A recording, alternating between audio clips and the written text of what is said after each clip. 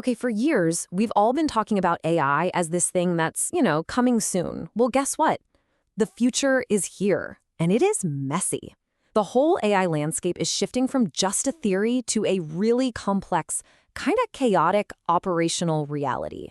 So today, we're going to make sense of the key battles that are shaping this new era, from the lines of code all the way to the concrete foundations. And let's just dive right in with this quote from Google's threat intelligence group because it really gets to the heart of the whole story.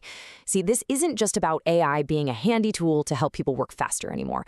We have crossed a major threshold. AI is now a live, active component out there in the wild, and it's being used for creation and, for attacks. This is a huge moment. All right, so here's our game plan. We're going to start with the high-stakes AI arms race. Then we'll look at the scrappy open-source rebellion that's fighting back.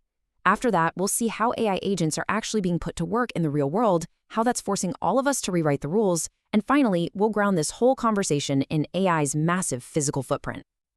So first up is the story you hear everywhere in AI today. The idea that to win, you just have to spend a ton of money. It's a brute force approach, right? A belief that throwing massive investment and building at a massive scale is the only way you're going to come out on top. And the numbers? Wow, they're absolutely staggering. $72 billion. Just look at that number. That's how much Meta is warning investors it might spend on AI this year. Just this year. I mean, it's a number so big that markets are getting nervous about a potential AI bubble. It kind of brings back memories of that big metaverse spend a few years ago. But all this investment, it's got a dark side.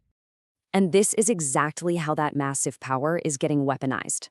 Google has found malware that is actively using AI to make itself way more dangerous. We're talking about stuff like PROMPTFLUX, which basically uses an AI loop to rewrite its own code every single hour so it can't be detected. And PROMPTSTEAL, which literally asks an LLM for attack commands in the middle of an operation. This isn't a what-if scenario. It's happening right now. But there's this powerful counter-story popping up, a kind of frugal rebellion against that whole brute force approach. And this perspective argues that bigger isn't always better, and it's definitely not always necessary. And you can see the two competing ideas perfectly here. On one side, you've got big tech betting the farm on these massive, closed-off proprietary models. But on the other side, you have companies like Pinterest making what you could call a good enough bet. They're arguing that finely tuned open-source models can get you basically the same results for just a tiny fraction of the cost. It's really a battle between overwhelming power and frugal efficiency. So, does this whole frugal thing actually work? Well, this number really says it all. 26x. That is the cost reduction that an early adopter, Prosus, reported by using a new platform from Nebius that's built for open source models. I mean, when you're dealing with millions of queries, that kind of savings completely changes the economics of AI. And look, this isn't just a one-off thing. We're seeing a whole wave of these smaller, more efficient models hitting the scene.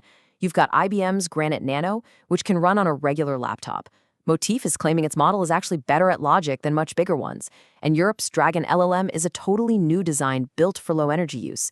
So yeah, the rebellion is real, and it is picking up steam. Okay, so you've got these two forces, the giant models and the frugal alternatives. How are they clashing in the real world? Well, it's all happening in this new enterprise playbook, and it's being driven by something called agentic AI. So, what in the world is agentic AI? Well, put simply, it's AI that doesn't just chat with you, it does things for you. It's an autonomous system that can understand a goal, come up with a plan, and then actually use your digital tools, like your sales software or your email, to get that plan done. It's this huge shift from just giving passive answers to actively completing tasks.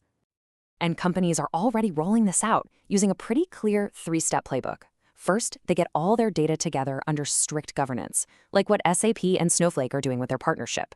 Second, they build specialized agents for very specific, high-value tasks. Think Thomson Reuters co-counsel for tax auditors. And then finally, they use these agents to automate their core workflows. This is AI getting a real job. But the second you have AI agents out there taking actions on their own, making purchases, filing reports, whatever, you hit a massive wall. Our existing rules for law and commerce and security, they just weren't built for this. A whole new rulebook is being written right now, as we speak. And this lawsuit between Amazon and Perplexity is a perfect example.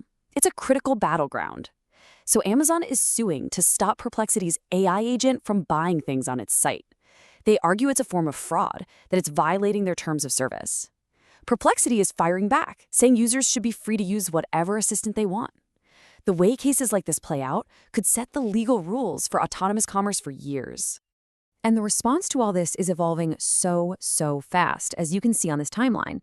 We've gone from just reacting with copyright lawsuits to proactively building new infrastructure, like MasterCard and PayPal, creating a whole new payment system just for AI agents. And now we're seeing entire governments, like India, stepping in to create these big-picture governance frameworks. We are literally building the trust layer as we go. This also means we need a totally new way of thinking about security. Microsoft is pushing a model called agentic zero trust. The core idea is actually pretty simple, but it's powerful. Treat every single AI agent like you don't trust it, at all.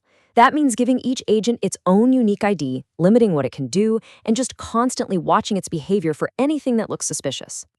Okay, for this last section, we really need to bring this entire conversation back down to earth. Because the AI boom isn't just happening in the cloud or in code. It is physically reshaping our world through a massive build-out of infrastructure. And this chart just gives you a sense of the scale of that build-out. The 4 biggest tech companies could spend a combined $370 billion on data centers this year. Microsoft alone spent nearly $35 billion in just the last quarter. This isn't software anymore. It's a colossal investment in steel and concrete and silicon. And here's the economic kicker. A Harvard economist, Jason Furman, said that this one surge in data center investment was so huge, it accounted for nearly all of the U.S.'s GDP growth in the first half of 2025. Think about that for a second. This isn't just a tech story, it has become the economic story. And all of this has enormous real-world consequences. It's putting insane pressure on our national energy grids. It's shifting labor markets. It's creating new geopolitical games for attracting talent. And it's deeply tied into national security. So why does this matter? Because the digital revolution has a very real, very physical price tag. So the key takeaway from all of this is pretty simple. The transition is over. From the self-mutating malware code to the concrete being poured for new data centers, the AI era is no longer some future experiment. It is, right now, our operational reality.